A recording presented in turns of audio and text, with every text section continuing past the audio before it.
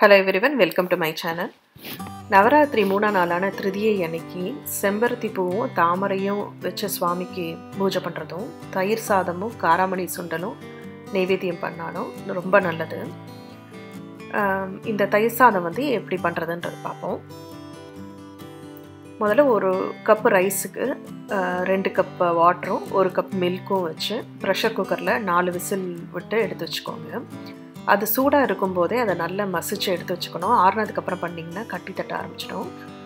அந்த மசிச்சதுக்கப்புறம் கொஞ்சமாக butter 1/2 teaspoon பட்டரும் அப்புறம் ஒரு பெரிய டேபிள் ஸ்பூன் அளவுக்கு யோகர்ட்டும் தயிரும் விட்டு மிக்ஸ் பண்ணிக்கோங்க. தயிர் கம்மியாக விடணும். அதுக்கப்புறம் ஏன்னா நம்ம கொஞ்சம் பால் சேர்ப்போம். அப்போ தான் அது புளிக்காமல் ஒரு 24 ஹவர்ஸ் ஆனாலும் புளிக்காமல் அப்படி இருக்கும். ஸோ இதோட கொஞ்சம் உப்பும் சேர்த்து ஒரு 1/2 கப்லேருந்து 1 கப்பு பால் விட்டு நல்லா மிக்ஸ் பண்ணி எடுத்து வச்சுக்கோங்க.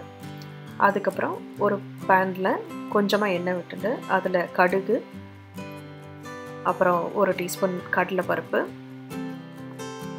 அப்புறம் கருவேப்பிலை இதெல்லாம் போட்டு வறுத்துக்கோங்க. அந்த பருப்பு செவக்க வர வரைக்கும் வறுக்கணும். உங்களுக்கு வேணும்னா இப்போ இந்த க்ரீன் சில்லியும் கொஞ்சமாக மோர் மிளகாவோ அதுவும் வேணும்னா சேர்த்துக்கலாம்.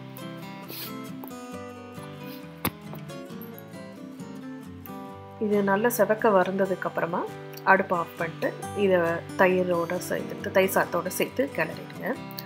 அதை கார்னிஷ் பண்ணுறதுக்கு வேணும்னா கொஞ்சம் பொமக்ரனேட்டோ இல்லை கிரேப்ஸோ மேலே போட்டு கார்னிஷ் பண்ணலாம். இந்த மாதிரி செஞ்சிங்கன்னா இது 24 மணி நேரம் ஆனாலும் புளிக்காமல் அப்படியே இருக்கும்.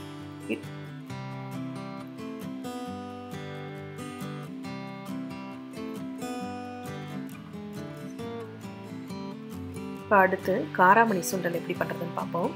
1 கப் காராமணியை ஒரு 4லேருந்து 6 மணி நேரம் வரைக்கும் ஊற வச்சுக்கோங்க. அதுக்கப்புறம் அதை ப்ரெஷர் குக்கரில் வச்சு ஒரு 4 விசில் விட்டுக்கோங்க. உப்பு போட்டு அதை வேக வச்சுக்கணும். அப்புறம் அந்த தண்ணியை வடிகட்டிட்டு தனியாக எடுத்து வச்சுக்கோங்க. அப்புறம் ஒரு பேனில் கொஞ்சமாக ஆயில் எடுத்துட்டு அதில் கொஞ்சம் கடுகு, அப்புறம் துருவின இஞ்சி கொஞ்சமாக ஒரு 1/2 டீஸ்பூன் அதையும் போட்டு வதக்கணும். அந்த இஞ்சி நல்லா வதங்கினதுக்கப்புறமா மிளகா 2-3 மிளகா காரத்துக்கு ஏற்ற மாதிரி போட்டுக்கோங்க. அப்புறம் கருவேப்பிலை, அப்புறம் ஒரு 1/4 கப்பு தேங்காய் இதை போட்டு ஒரு 2 நிமிஷம் வதக்கணும். தேங்காயோட அந்த பச்சை ஸ்மெல் போனதுக்கப்புறமா வேக வச்ச காராமணியை போட்டு ஒரு 2 நிமிஷம் அதை வானிலையே கலரு.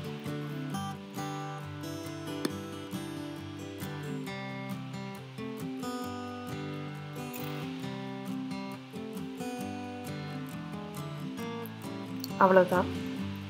இதை செஞ்சு பாருங்கள். எப்படி வந்ததுன்னு கமெண்ட் பண்ணுங்கள். தேங்க்ஸ் ஃபார் வாட்சிங் மை வீடியோ.